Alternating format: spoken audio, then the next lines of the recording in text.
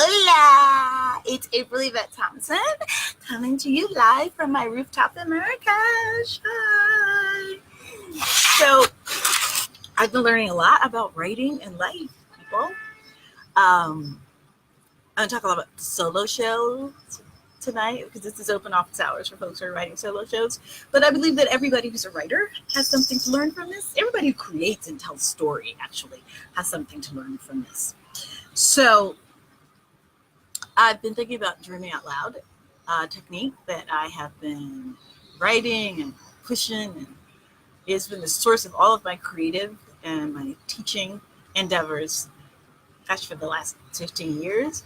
And I first began naming it and giving it a step-by-step process during my TED Talk, Rewrite Your Story, which you can find on YouTube, or you can sign up and I will send you an annotated version of the original script, the one that didn't make it all the way to TED Talk because it had too much cussing, but it was also too long. But I can give you all of that. That's Aisha, my Moroccan cat. But it is Dreaming Out Loud that made me understand I was a writer, made me understand that I was making writing way too complicated, made me understand that my story, the story of me and my journey, actually is writing.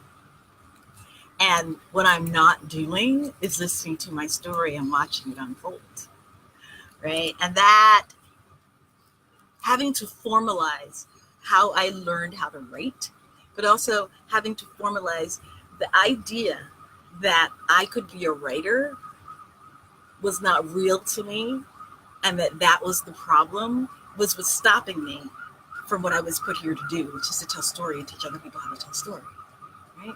See how that works? So if you're having problems writing, it's not writer's block, it's an emotional block that you're put here to figure out how to undo, right? So dreaming out loud, when I started doing it, I was like, okay, I need to start doing the morning pages as step one. Then I have to start making the list of things that I love and things that I hate, things that I don't. And then I have to ask the questions of myself. What would I change about my life? I have to actually start thinking about what I believe to be true about myself, right? And to gauge, is that true or is that a set of feelings, right? Because feelings aren't necessarily the truth.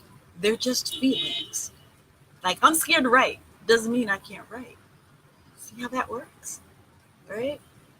So the process of Dreaming Out Loud taught me about blocks, but it also taught me about how to understand character. Like, if I ask myself these questions, what am I proud of? 100 things I'm proud of. 100 things that I'm scared of. 100 things that make me joyful. These are the same questions I'm going to ask of each of my characters. So when I start to write, I take all of my characters through the Dreaming Out Loud process.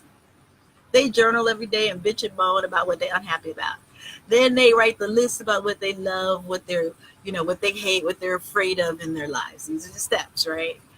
And then they ask the questions, who would you be if you weren't Black, a woman, oppressed? What would your life look like? If you can imagine that, that's a problem that you need to write about, that your character needs to speak to.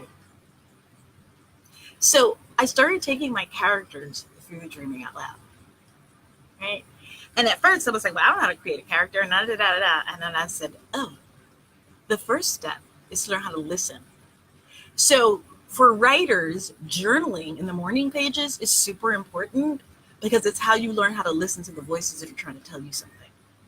Journaling your dreams, but every morning, like clockwork, the first thing that comes into your subconscious is what you should be writing about. Because the key to your stories is in there. And the reason is that is your subconscious, and what I also like to call your past life memory. Yeah, I'm going to go woo-woo. And if you don't believe in past lives, let me make it really real. Your ancestral memory is in you. And it's saying, okay, we were some slaves, and on our particular ship, there was cholera, and the slavers were raping women on the regular and then throwing their bodies to the sharks if they got sick. That's my ancestral memory. Now, what might a person with that ancestral memory look like? What might be their trauma? How might they articulate their pain? And you ask, how did I get to this shit? Okay. I have been formulating this for a long time. Writing lots of research on my own characters because the plays that I write are about my family. And my fascination with how we got here from slavery, or how we got here from Cuba, how we got here. My grandfather is Arawak Indian and white and Scottish. And I was like, how the hell did that happen? Well, because Arawak Indians were enslaved in Cuba, and the Scottish were enslaved by the British, who put them in indentured servitude on ships because they stole a piece of bread to feed their child, or because they waged war to put the British out of their country. So the Scots ended up in slavery. A bunch of the Scottish were slaves, on plantations in the U.S., but then a whole bunch of them were made sailors against their will, and they sailed to all the Caribbean and imported sugar and whatever else. And in Cuba, those Scottish sailors often had families with the Arawak Indian mothers, which is how I came to be. That's how I got a Cuban grandfather, who then ran off to the Bahamas because he was killing all the Arawaks in Cuba and married him a black woman. Right. Had I not known to go back into my ancestral memory and be like, who are all these people in me? I didn't know the Scottish people were enslaved. I had to do that research. They was picking cotton. Yeah. Okay. Like, the British went to Scotland and they didn't have to travel far because they could just drive. The British went to Scotland and fucked them up the same way they went to Africa and fucked us up. Right? Like, it was like the British were basically this other tribe on the continent of Europe that went over into the land of another tribe and then stole all the people, waged war with them, took prisoners of war, and made them slaves. That's exactly what people in Africa did. There were some tribes over here, and they was in, I don't know, the Dahomey Kingdom. And they went down to Sierra Leone, and they waged war with them. And then they were like, you know what? We're going to take a whole bunch of y'all slaves, and we're going to sell them to the white people, right? So the ancestral memory going on in my family is not just slavery from being black in America. It's slavery international. It's the history of slavery. And then so I started researching Scottish people. I started researching Arawak Indians. This is great fodder for any writer, because here's the thing that I learned about Dreaming Out Loud. I'm so excited to share this. Dreaming Out Loud is nothing more than learning how to listen to the stories that are within you that want to be told. Let me repeat that. Dreaming Out Loud is nothing more than learning how to listen to the stories that want to be told. And where are those stories? They're in your ancestral memory, or they're in your past life memory. And I would wager ancestral memories and past life are actually the same exact things, right? Because we keep coming back here trying to learn a lesson that we're not getting right, which is why we keep coming back. Same thing happens to people in their ancestral journey, right? My ancestors experienced one thing, and they worked to make their lives better so that I wouldn't have to experience that. Then I get here, and I experience some of the same things they do, but my response is either the same or it's different because I have access to more things because they gave me a better life, right? But here's the thing when you get caught in a Dreaming Out Loud process, and it's what I realized. I was like, I have a curse. I have a curse. I have a curse. I have like a woman's curse. In researching my family and the places they were from, and I went to see genealogists, and I interviewed all of my family. If you have not done that, you should. You should interview not just your family, you should interview your neighbors and your babysitter who knew your ancestors personally and were friends with them. I interviewed my great-grandmother's best friends.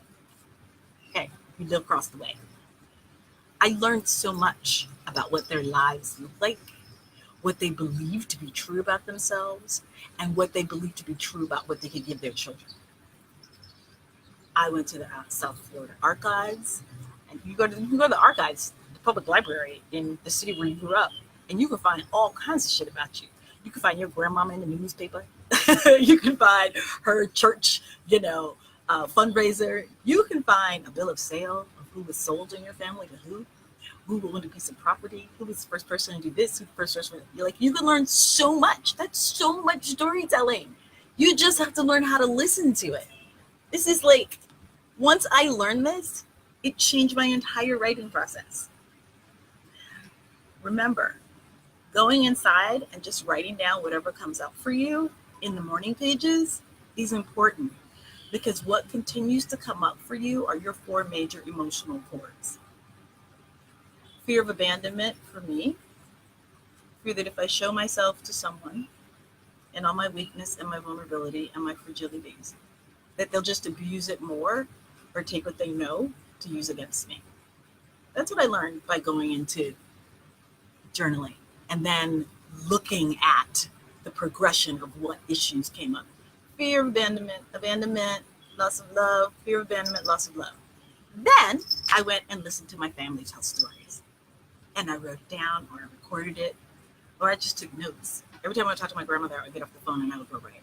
I'd be like, ooh, what's the lessons that I keep hearing in my family? Fear of loss, fear of abandonment, fear that if I show my vulnerability, it'll be used against me.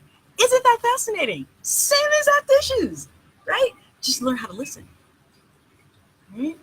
And I was like, okay, now the detective, which is what a good writer is, you're a detective of the human condition.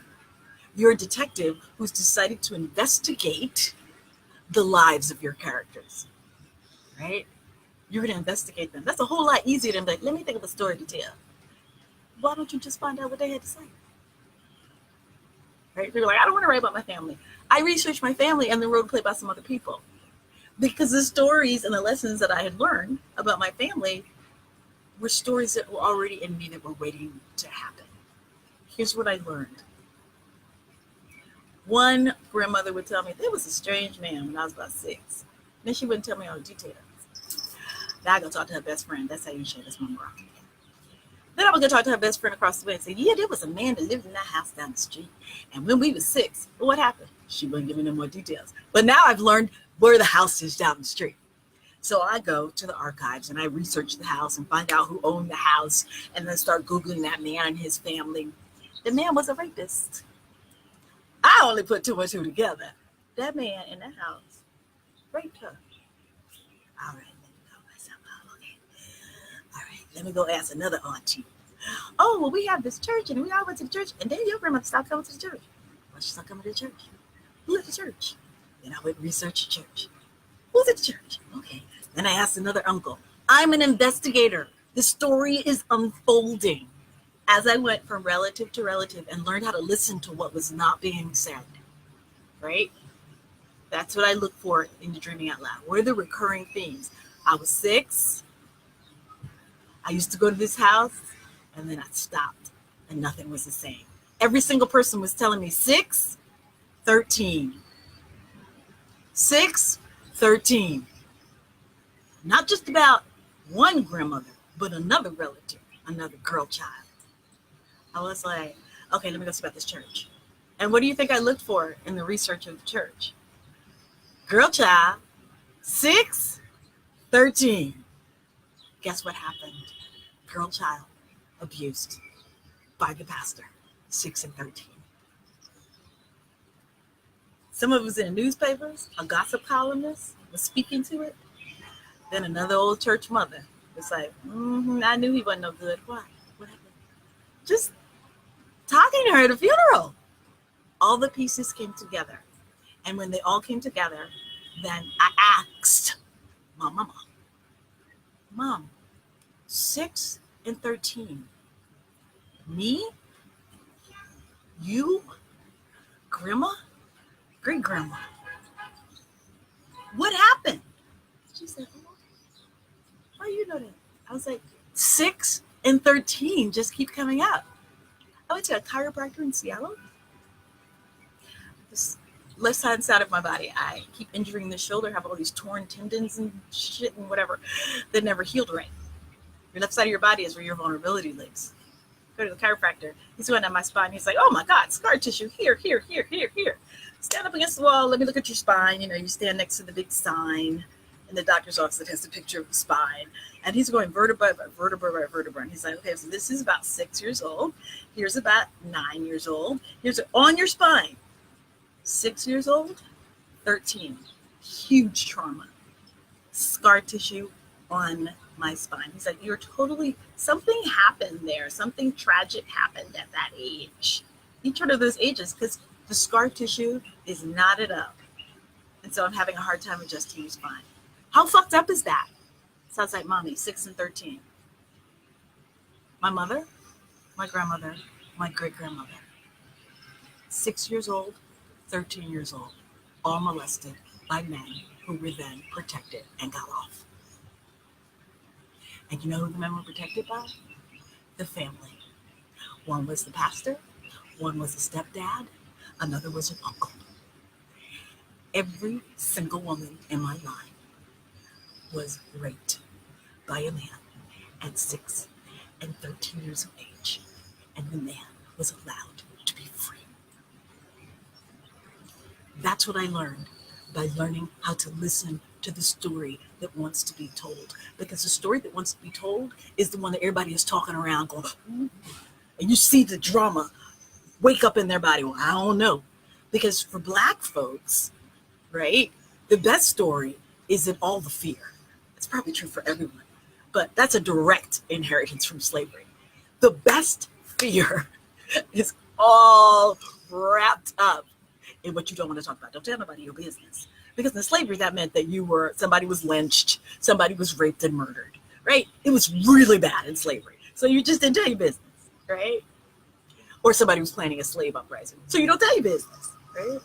So as a detective, as a writer, what are the themes that keep coming up? For me, I just plugged into it around age and girl children. That's just what everybody kept talking about. I heard about men, some, girl children, and never women. Girl child. Girl child. Why was every 6-year-old girl like a little woman taking care of everybody? I was listening to what people were saying. 6 and 13. Every magical story about my great-grandmother, right around the age of 6. She remembers the coat. She remembers the hat. She remembers the street. I was like, whoa, grandma too. 6 years old and 13. She even got pictures just from 6 and 13. That's called learning how to listen to the story that wants to be told.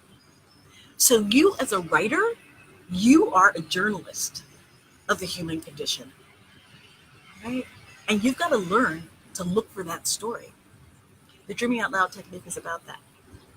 And I'm going to tell you that the key to what the story is in the things that you fear. Because the things that you fear are the ancestral memories that you were here to get right this time. So you can make it your ancestral memories, or you can make it your past life memories. But whatever the shit is that broke you in the past, you are here to fix now. That's where your writing lives. Plain and simple. That's the source of the best writing. Raina Maria Rilke writes in Letters to a Young Poet, you need to concern yourself with the story that wants to be told. Because as long as you're trying to be like, well, I want to write about love. I want to write about abused women. You write about some shit you don't know nothing about, or something you have not investigated as to whether or not that's in your soul. And that's what he was writing to this poet who sent him all this artificial, contrived writing. He was like, this poetry just sounds like, a Hallmark card. It doesn't sound like something you know. It doesn't sound like something your soul knows something about. And your emotional chords is the stuff your soul knows something about, right? As a writer, my soul knows something about girl children at 6 and 13. My soul knows what it's about to be 6 and 13, to be abused. Tell somebody, and then they don't believe you. And then you got to spend till you 18 years old being around the person that did the shit to you. My soul understands. I could play a character like that as an actor. I could write stories. I've written countless stories because my soul is here to fix that. That's what a friend of my great grandmother said. You here to get it right. You the one got it right. And I was like, how did I get it right? I was molested at 6 and 13 too. She said, yeah, but you went and got it. It did. It took a while. I went to college. Then I came home and I went, you know what? I told you this motherfucker did something to me, and none of y'all did anything about it. So I'm going to hold an accounting right now. And that's what I did. And I was like, this is a wound that has existed in me. And I've learned that this wound existed in Mama, Nana, and my bisabuela, my great-grandmother. And it's time for that wound to end. And I'm going to call it out because I need the people here that were supposed to protect me to stand up now, believe me, and protect me, and put him out the house. This is going to happen. People are going to apologize and protect me and the children that come after me, or I'm walking out the door and y'all ain't gonna see me ever again. Because I told you when I was 6 and I was 13, this happened. And they were like, well, he a pastor, and he a good man, and you know how it is for black men, and da. Meanwhile, the motherfuckers that raped 14 more children after me. I was put here to fix that. That's what I write about, because that's the life lesson I was put here to set right. What were you put here to set right? Once you investigate that, writing will no longer be a chore. It will be this joyous mission. Like when I talk about writing now, I light up because I was like, I can change shit that happened in the past. I can get it right. It might hurt, it might be painful, but I can get it right. And at the end of the story, it's right. I've gotten it right. I have investigated this lesson. I have fleshed it out and figured out a way around it so that I am not the thing that I have wounded by. I am something completely different. And I can write stories that will give other people the courage to look into their ancestral wounds and go, I can set this right. I just have to not be afraid to investigate it. All is within. The story that wants to be told is easy for you to write. If you're not writing, it's because you're not telling the story that wants to be told. So you need to start dreaming out loud. You can go to the link in the comments. Hi, Davida, how are you? Do you have questions for me? You can go to the links in the comments and sign up for the Dreaming Out Loud. I will be releasing an amazing Dreaming Out Loud class and a retreat in the new year. But until the new year, so y'all have a plan for what you're going to do and change in your life in the new year. Until the new year, I will be coming back once a week to talk about Dreaming Out Loud, and I will be giving you new angles and new techniques to help you generate story. I will be talking about Dreaming Out Loud in my life coaching group, in my actors group, my badass actors group, in my badass writers group, and in my Dreaming Morocco retreat group. The Dreaming Out Loud technique is the way you find your soul's purpose. So I'm going to talk about it as a writer. I'm going to talk about it as an actor. I'm going to talk about it as a teacher. I'm going to talk about it as a middle-aged black woman trying to live her best life and get the love that she deserves and the life that she deserves in my motherfucking Moroccan caftan sitting in Marrakesh. Because yes, 6 weeks ago, I packed up my shit and moved to Marrakesh because my soul felt at peace here. No job, no plan. I just knew I deserved my best life. And my best life was not to be in America taking an ass whipping. My best life was to sip tea and have baby brown Jesuses saying, what do you need? Feed me and tell me I'm pretty. That's actually all I fucking need. Don't follow me around the store. Don't kill me. Don't assume I did something bad. Like me. Be nice to me. That's all. That's all I need. Right? If I had never learned to dream out loud, I would never have known that I deserved my life to be easy, that I could release this idea of struggle. I would never have known that had I not learned to dream out loud. I would have never become a writer had I not learned how to dream out loud about what I was put here to do instead of what I was afraid to do. It changed my life, right? That I was a teacher and that the women before me are all teachers too who didn't get to be teachers. I'm a teacher. Why? Because I could look at the things that were handed to me and I realized I'm really good at putting this together and organizing ideas into a process that I can teach other people. I may not be good at coming up with the actual process, but I can organize it. If you keep talking to me, I can organize the ideas into a process or an outline or, a plan of action. That's my gift. That's actually what I'm supposed to do here that the women before me couldn't do because they were hurt at 6 and 13. That's what Dreaming Out Loud is about. What are the 4 major life lessons you were put here to learn? Because within those life lessons is the key to you figuring out your purpose, to moving through the fear that you can't do something, that will allow you to see you actually deserve for life to be easy, and that there are actually creative ways you can figure out for it to be easy. Whether that means quitting your job and starting an online business. When I quit other jobs, I had no idea it was to be a coach and to be teaching classes online. But what I also didn't know at the time is that I was supposed to be doing that so that I could actually move to Marrakesh, because my destiny has always been in Morocco. But I couldn't figure out a way to get there because I needed a job. The universe was sending these things as I was discovering the lessons. The first lesson was you can write it when you deserve to write. The second lesson, you didn't deserve to be abused. Let's write about this. Right? And every time I followed the message that was sent to me about the life lesson I was put here to learn, it opened another door. It opened a door to becoming a writer. Then I became a writer. And then somebody said, you need to do a TED Talk, talk about what you done learned. And I did TED Talk. And then TED Talk told me about Dreaming Out Loud. Okay. From the TED Talk and Dreaming Out Loud, somebody hired me to come and teach you someplace else. That's how I got to Morocco. Then I got to Morocco, I was like, I'm miserable in Brooklyn.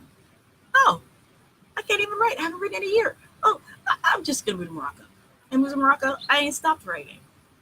I didn't know how it was going to happen. I didn't have the money to move to Morocco. I didn't have a place to live. I had to Guess what? I followed the lesson that I was put here to learn, which is you're supposed to write and teach. You're supposed to write and teach. I don't care if you're not making money off of it right now. I don't care if it feels too hard. I don't care if it feels like you're trying to sell classes and nobody's buying them. I don't care. I don't care. I don't care. I need you to follow the path of the lessons you're supposed to learn. And with each time you take the courage to follow the path, something will open up for you. The minute I said, I'm going to be in Marrakesh and I want to write, somebody's like, I have an apartment for you. How much can you afford to pay? I'm sorry, what? I have an apartment for you. How much can you afford to pay? This is what I can afford. I know I looked at Airbnb. That's not enough. I'll take it. That's fine. Goodbye. My brother will come and pick you up at the airport and give you the key. What? It was just that simple. It was just that simple. The life lesson, I was put here to teach and write. I must follow the things that make that possible. Not the money, not the fear. I must follow the things that make me learning my life lesson possible.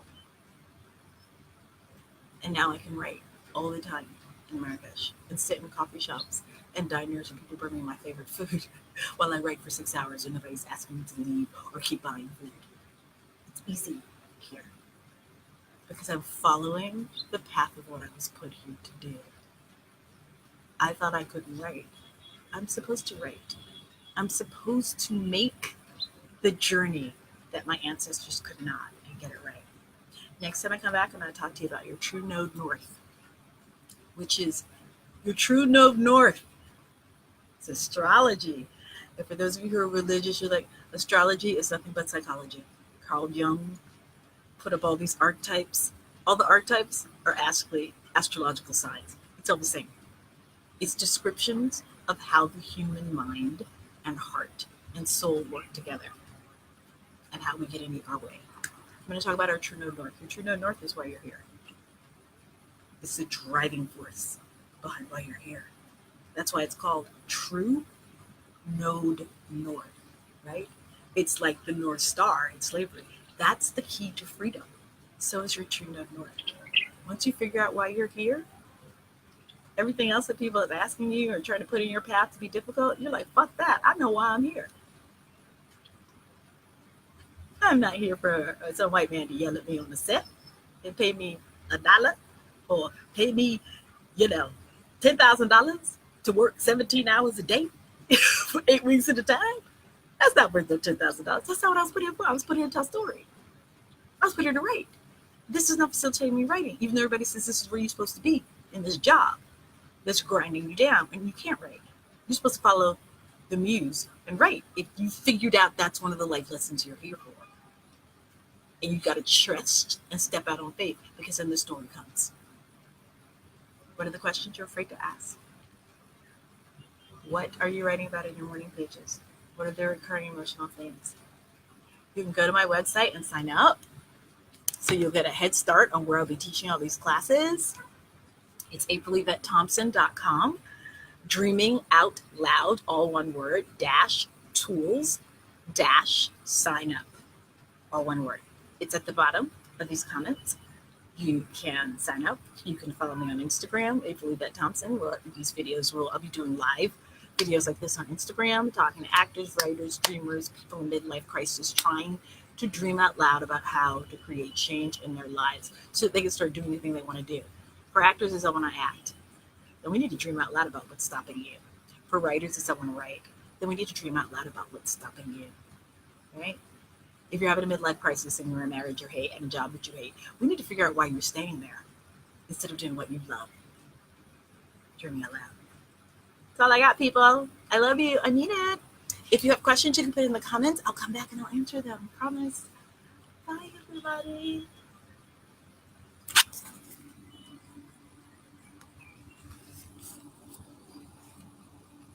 This is so much fun.